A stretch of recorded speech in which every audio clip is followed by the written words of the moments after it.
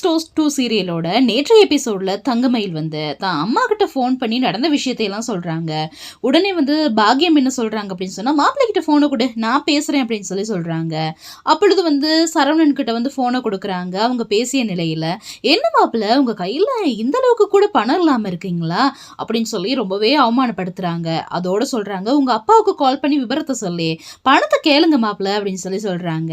ஆனா சரவணன் என்ன செய்யறாருன்னா, பாண்டியன்கிட்ட ஃபோன் பண்ணி கேட்க முடியாததால கதிருக்கு ஃபோன் பண்ணி வந்து என்ன செய்யறாருன்னா விஷயத்த சொல்றாரு. இதையடுத்து வந்து கதிர் பாண்டியனுக்கு தெரியாம வந்து பணத்தை எடுக்க திட்டமிடுறாரு.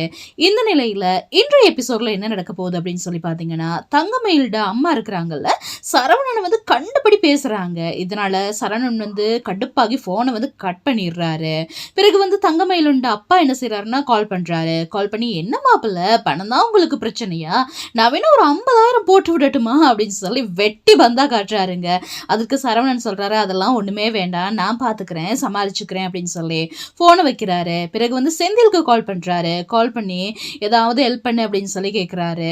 ஆனா திரும்ப என்ன நடக்குது அப்படின்னு சொன்னா, கதிருக்கும் வந்து இந்த நிலையில வந்து கால் பண்றாரு. கதிர் எல்லா விஷயத்தையும் தெரிந்த பிறகு நான் ஏற்பாடு பண்ணி அனுப்புறேன், கொஞ்சம் பொறுமையாயிரு அப்படின்னு சொல்லி சொல்றாரு. இதையடுத்து செந்திலும் கதிரும் வந்து எப்படியாவது பணத்தை ஏற்பாடு செய்து அனுப்பணும் அப்படிங்கறதுல குறியா இருக்கிறாங்க.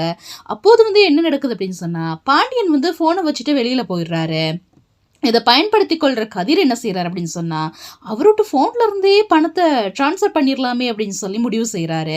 ஆனா வந்து செந்தில் சொல்றாரு, இதெல்லாம் வேணாம், இதெல்லாம் தெரிஞ்சா பெரிய பிரச்சனை பண்ணுவாரு அப்பா அப்படின்னு சொல்லி தடுக்கிறாரு. இப்படி இவங்க 2 பேருமே வந்து சரவணனுக்காக அல்லல் பட்டு கொண்டிருக்கிறாங்க. ஆனா சரவணன் வந்து இருக்கக்கூடிய நிலையில தங்கமயிலோட நீலி கண்ணீர் இருக்குல்ல, அவங்க வடிக்கக்கூடிய நீலி கண்ணீரை பார்த்துட்டு ரொம்பவே பாவங்க ஏமாந்து போய் நிற்கிறாரு. கடைசியில பிரச்சனையை சரி செய்யும் விதமாக வந்து கதிர் மற்றும் செந்தில் வந்து என்ன செய்யறாங்கன்னா பணத்தை வந்து அனுப்பிடுறாங்க.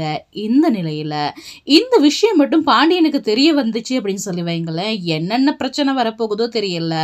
மேலும் தங்கமயில் என்ன செய்யறாங்கன்னா, நினைத்தது போலவே இந்த ட்ரிப்பை வந்து ரொம்பவே சந்தோஷமா கண்டிப்பா இருக்க போவதில்லை அப்படின்னு சொல்லி தான் தெரிய வருது.